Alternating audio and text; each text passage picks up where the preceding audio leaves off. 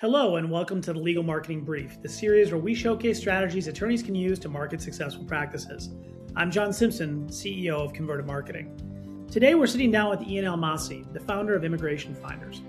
Ian specializes in helping immigration firms scale by building systems and processes that give attorneys back their time. We first got to know Ian from an attorney client of ours that raves about his services. Naturally, we wanted to learn more, so we invited Ian to join us at our TLMB interview. We hope you enjoy our discussion with Ian.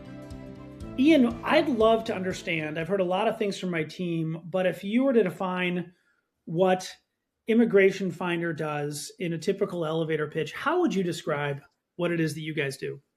Well, it took years for us to put that together. When I first started, I had a hard time explaining it because we help clients with so many things. But the usual spiel I give them is we help immigration lawyers have a firm that runs like a franchise. But mostly we help them systematize their intake process, their legal production, all their software, how they train people, and with international hiring. And it's all kind of under one blanket retainer too. So we help with a lot of things, but it kind of goes in phases for people. So you gave us the elevator pitch on what Immigration Finder does. And I already told you when I talked to my own team, I don't think they fully understood the scope of everything that you can do for a client.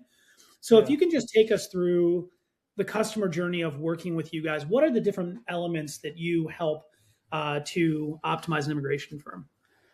Yeah, well, generally we want to get the easy stuff to be easy so someone can do it that doesn't have a high skill level. I mean, usually when we go in, it's about kind of dividing some roles up and optimizing their software to start. Because the first thing we got to do is we need to get some buy-in. I mean, if someone's watching this, they're probably asking, hey, these are great ideas, but I have like my team, they're maybe worked there a long time. I don't really want to be very rough with them. They already work really hard.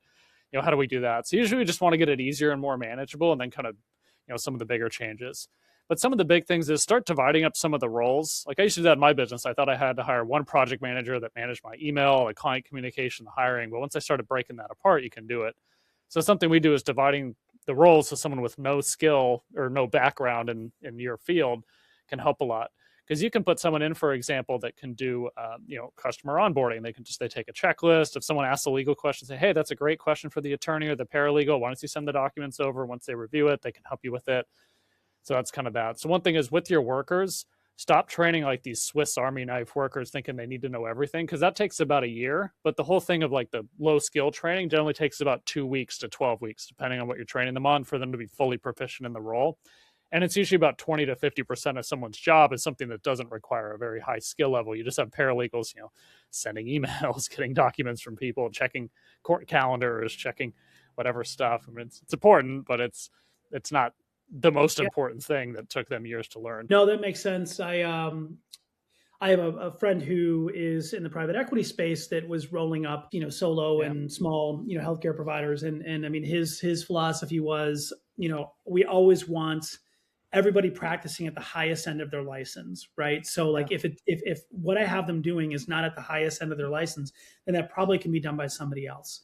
And that's I think probably makes a lot of sense. It actually probably makes people happy because they're not doing a lot of the stuff that they didn't go to school for. So yeah, exactly. And that's something we see in the firms a lot. Like they want to hire an attorney, but they really want to hire a project manager to manage all of their deadlines. And it's a lot easier to find a project manager that's awesome and on top of just traffic management and making sure everything gets done on time, that has no legal background, instead of hiring an attorney that, might not want to do that. They might just want to write briefs or stand in front of a judge. I mean, that is such a unique value prop and targeted market. Talk to us a little bit about your background and how you came to focus, not only on immigration, but also in terms of the process and the technology and everything you put in place to help. Well, it was interesting. Well, I met an immigration lawyer, Jacob Sapochnik, at a meditation retreat I went to with my mom. And that was a very organic connection. We were just both there. He was there with his significant other. And so we just kind of started talking, still a client 7 years later. But before that, I was working with real estate, and I actually got into a test group for an online course that taught a lot about business systems and onboarding clients quickly, because his marketing company was signing up clients. Then I happened to start working with this lawyer, and he had a lot of the same software that was taught in this test group to like rapidly onboard clients, because his marketing agency was getting about a client a day, and that's what they were teaching.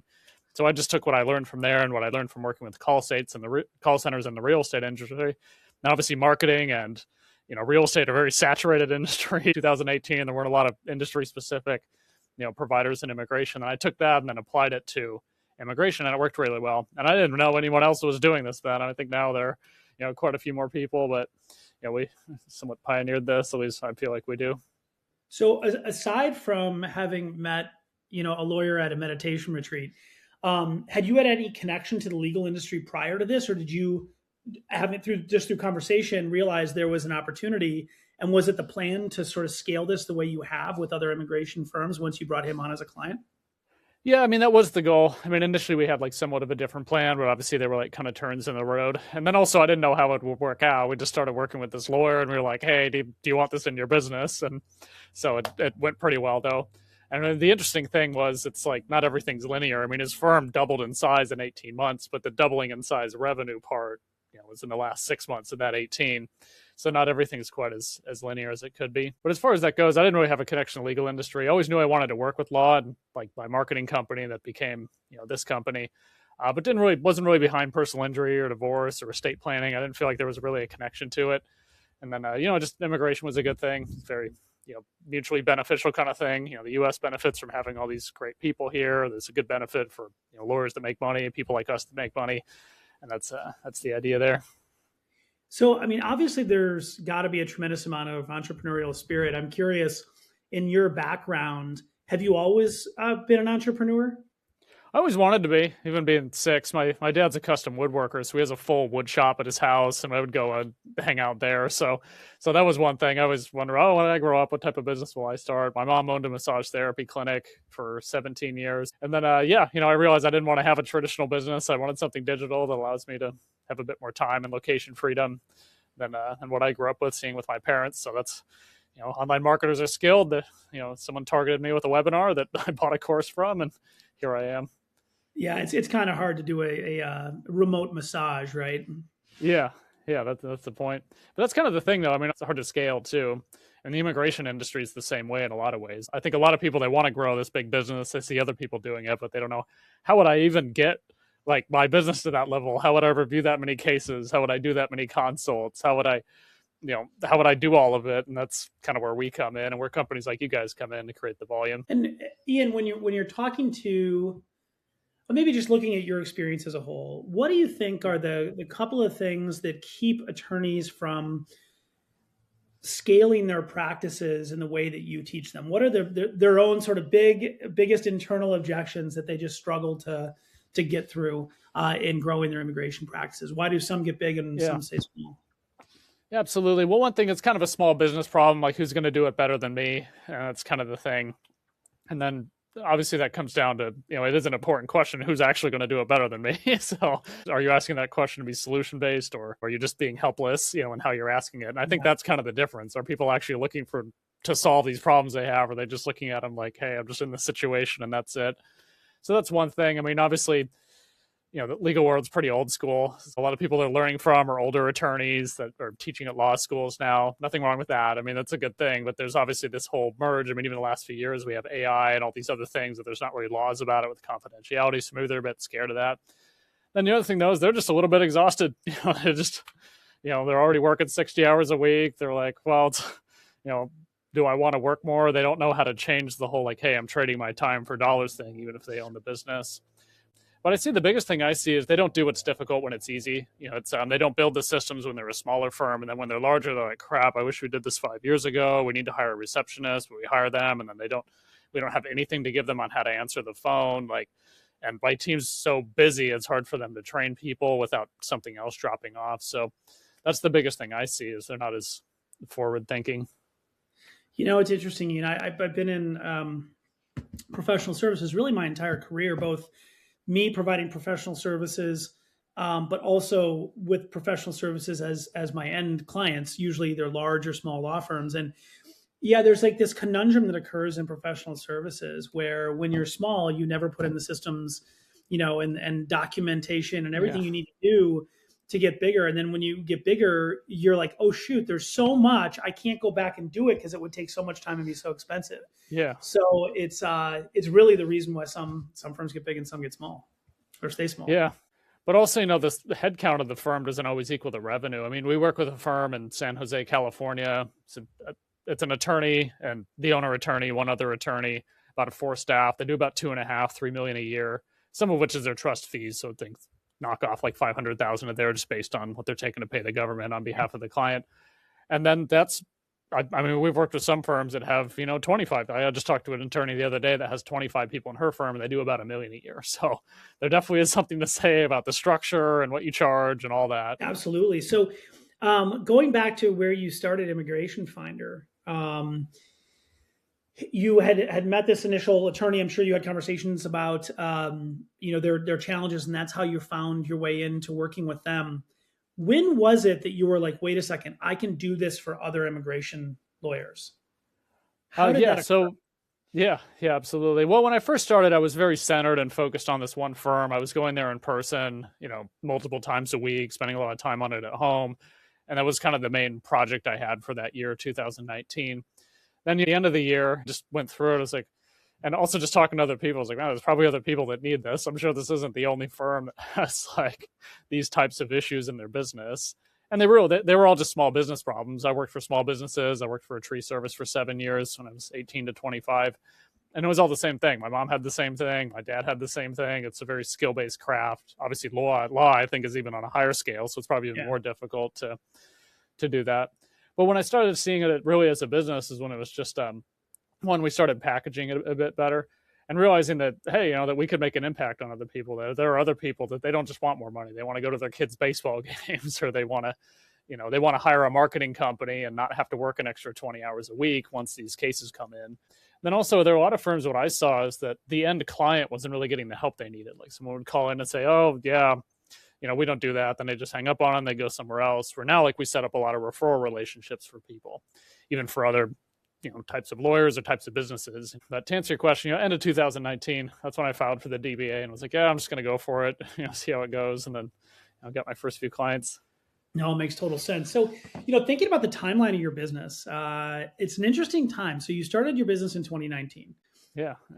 A lot's changed in the last, call it 6-7 years, right? Not only from a technology perspective, but from the way that we interact with each other in office culture and so forth. And I'm just sort of curious if there's any particular trends that you've noticed from when you started the business in 2019 to where you sit now in 2026, has the impact of things like AI and so forth had on what you do?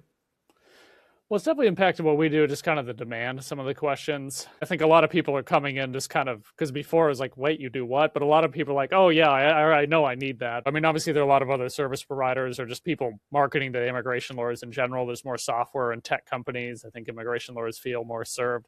But the other thing is, though, I think the biggest thing is that the end client, consumers, are just expecting this stuff. They're expecting AI chat. They're expecting to get a call the same day that they call in. They're expecting things really fast. Obviously, since COVID, there's like same day delivery. There's, food delivery that's within 30 minutes. And now like people are expecting that from other businesses too. And that's a big benefit too, because people are going to gauge a lot of the service based on like how quickly you respond to them. And you don't need a very skilled person to do that. You don't have to be this perfect paralegal or this perfect attorney.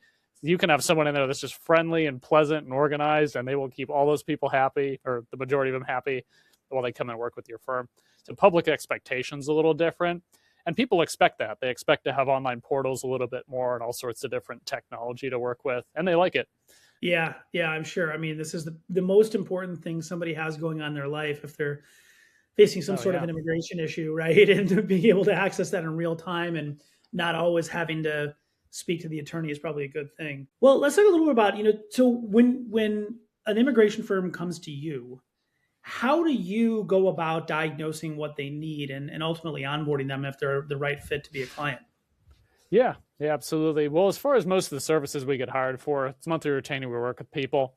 Then I'm always asking, like, does this person need intake process optimization or legal process optimization? So are they more on the sales or production side of what they need help with? And sometimes it's a mix of both. Sometimes people will say they're having a lot of production problems, but we go in and realize, okay, like clients are just getting onboarded really poorly, and then your staff are just having to catch up and deal with all these grumpy people.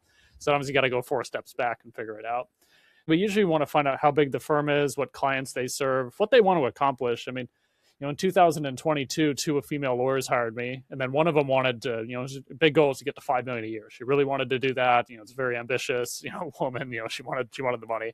And one lady was like, hey, I really just want to be done by 2 p.m. I want to go pick up my kids. My husband's always the one that does that. I would love to just be able to just turn off work in the afternoon and go do that. And our kids were like, 9 and 10, kind of about that age. So very like kind of a time in her life she knew that she wouldn't be able to go back to. But we got to take those goals into account. Like, what type of lifestyle do you want out of your firm? Because most of the immigration lawyers are pretty stressed out. I mean, they know what they're going to be doing in 3 years. They're planning vacations 2 years out, thinking, hey, what court dates do I have at this time? Like that kind of thing. Or if I have a kid, how long would I be able to take paternity leave for like this period of time? And they're literally factoring out that. So it's just a stressful industry, but it ends up running their lives. That's a big thing, is just taking into account like what they actually want out of the firm, their ideal lifestyle, what type of income they want to make, why. Some people that hire us, they're fine with the money they make. They just don't want to work as much anymore. Or they're getting older, they want to have a plan to retire, or bring a partner on. It's so funny to hear you say that, because I joined here at Converted Marketing about 3 years ago, and we started changing the way we went to market as well, because I think we had previously assumed that the more money we can make lawyers, the happier they're going to be, and assume that was always the goal. And I think what we really determined, and we changed our approach because of it, was that like, no, in fact, so many of the things that we learn in these legal marketing brief interviews with lawyers is what makes them tick outside of the dollars. So, we always ask them, like, what's your definition of success? And that certainly can be more money, but I would say most times it's not. It's, hey, you know what? I've taken, one of the best answers I heard was, I've taken every Thursday off for the last 20 years to go skiing. This is a lawyer that lives in Utah. Cool. So, I kind of get that approach, and I think it makes a lot of sense. Well, let me ask you this. How do converted marketing and immigration finder services sort of fit together in your mind? Yeah. Well, we used to do a lot of paid advertising. We kind of stopped. It wasn't our forte. And really what we're uniquely good at is working with people where we kind of have the volume. And then, not to say we don't work with people that, want to create that. But mostly when we refer people out, it's people that just need solely, they need the phone to ring. After the lead comes in, that's what we're good at. Creating a sales team, building a process, helping attorneys and people sign up more of their leads. That's a big thing I saw, is people were just, like one of my clients is, a 30% intake increase in about 2 months, just because of, building out some of the right procedures for them. And sometimes it's higher or less, or depending on what it happens to be. But a lot of how we work together is one thing. I mean, you guys bring a lot of reliable leads. You're reasonably priced. I mean, I know a lot of people work with lawyers because they want to, charge 10x what they possibly could working with another industry. But that also goes to show that you're very productized, easy to work with. It's simple.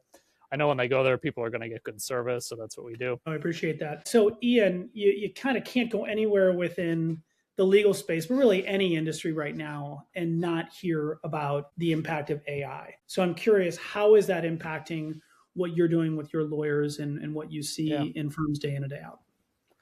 Well, one thing is about AI is so many people are using it. If you're not providing it to your staff, they're probably using it anyways. They might have their own accounts with Claude or ChatGPT, and that's even more of an issue because your data can be in there. But a lot of how people are integrating it is, one, just use it to take care of day-to-day things. I know lawyers have a very broad picture, full project thinking, which is fine for law. But, let's say, for example, you can start writing your social media posts. You can write your job descriptions. You could write, just a manual, for example, on putting, together whatever procedure in your firm. Or you might be able to ask it like, hey, we file a lot of L1 visas. What's, the process for filing an L1 visa? And they might put stuff in a different order that you never thought of. You might be so used to doing it. Dan Martell has a really good book called Buy Back Your Time. But the big thing is, just do that. Think, let's use AI to buy back our time. Like, what are we spending a lot of time doing? What's maybe something that would be easy to hand off, or what's something that I want to hand off, or what's something my staff bring up a lot, and start there. And as far as it goes, just AI is not one project. We're building AIs that help onboard clients. We're building AI that helps, screen leads for clients. I mean, there's a lot of chat things, a lot of companies like yours that are doing AI screenings for people as the new leads come in, someone calls out. But one thing, build pillars of your business, work on systematizing whole sections of the company, and then move on to the next thing. So if you're going to implement AI, saying, hey, we're going to implement AI for our customer onboarding, or we're going to implement it for our legal writing, or we're going to implement it for our case review, or we're going to implement it for our social media. So I think just get it kind of functioning in one place, get them a minimum viable product, then move on. And then from there, you can kind of do that, because lawyers have a tendency to want to do everything all at once, because that's how the case is. You have to submit this perfectly prepared packet, but the rest of the business is a little different. Yeah, I really liked that. I wrote down, use AI to buy back your time. That's really smart advice. I think limits the scope of what you're trying to do with it. in order to, have quicker results. All right. So, one of the things, having been in this space as long as I have, is law firms always want to know what the other law firm down the street is Yeah. doing. And oftentimes, myself as the marketing vendor or what have Yeah. you, and you as the intake consultant and so forth, we have unique perspective because we do talk to all these firms. Are there particular trends that you're seeing right now that you think firms should be aware of? I mean, firms that spend time working on their business are going to get ahead a little bit because then they're able to handle whatever comes up. Because, I mean, a lot of the firms we work with are people that all of a sudden grew quickly because they had a viral video, or maybe they got a corporate partnership or a nonprofit that wanted to work with them, or they just, whatever, something happened and then they started getting way more phone calls. They oftentimes don't even know what, or a law changes. So the big thing is that they spend time working on their business. But usually the attorneys that really succeed that I see is when there's a separate role of kind of being the CEO, manager of the business, and the attorney. And one thing is they fully separate those. They kind of just admit that, hey, I have to be one or the other in the company. Usually the attorneys we work with, they want to be more in that managing role. They want to be able to just kind of plan and be a visionary. But the other thing is, though, that's because they've been doing the attorney role for so long. And so I'd say that's the big thing, is they separate out those responsibilities. But the ones that grow, they start just breaking roles in half as they grow. So instead of having a paralegal that writes everything, fills the forms, does customer service, you break off the simple parts of that job and then really scale up from there. And then the other thing is, though, they when they're working with people, they actually they focus on the leadership elements. I mean, there are a lot of different sides of it. They focus on actually the business side of it, and they have clear goals. That's kind of that. I think a lot of immigration lawyers, they get so sucked into having a job in their own company that they forget to kind of be a visionary. They don't really know how to break out of that. Yeah, it's so true. The paradox of working on the business versus working in the business. And having been an entrepreneur at very various points in my career as well, I can definitely tell when you're not spending enough time on the business and you're just in the grind of the business, delivering for clients, which is tremendously satisfying. But at the same time, that there's things that you're not getting to that are going to hurt you a year down the road or 18 months down the road. Yeah, it's usually an explosion when that happens too. It's like your receptionist quits and you're like, well, I don't know what they've been doing for the last 2 years because they didn't write it down. And then all of a sudden someone else is having to pick it up and they don't know how to hire someone to actually do every single thing that they imagine in the firm. So it's, having role descriptions and org chart, really good thing. And that's something you can do in AI too. You can talk into AI. You don't have to spend much time in there. You can just drive and then just press start on it and just talk about your business and tell it, hey, make me an org chart, make me job descriptions, and send it to me however. And that's the idea. Yeah, for sure. We see it on our side oftentimes when firms will say, I'm so busy, I don't have time to do marketing or business development. And I get it, but you're busy until you aren't. And then it becomes a complete pain, right? And again, throughout my career, I've seen that, and it's really hard especially if you're a solo, law firm, because you're so busy delivering for your clients, you're not really thinking about the clients that are going to drive the business forward in the next, 6, 12, 18 months. Yeah. Yeah, and most firms don't have any reporting. I mean, data and reporting is really important because a lot of what happens is you spend so much time thinking about something that you think you're doing more than you actually are. So a lot of firms are like, oh, I spend so much time just like doing consults and that. Then they might look in their calendar and realize they do 5 a week. It's just that it feels like a lot in addition to everything else. And then they even hire someone else thinking it'll be a lot of time, but sometimes it's like an hour a day for the person. So yeah, I mean, that's kind of the idea, is like, just get the business going. But, just pay attention to what the companies do. This isn't going to happen all at once, just do that. But get clear on what you want too. Do you want to have a small firm? Do you want to have something that provides time? Generally, the further away from the business you get, the more you're going to have to spend to do that. So you're not always managing everything. But the other side of that too is, you'll have more time to actually focus on building the business as opposed to being a practitioner.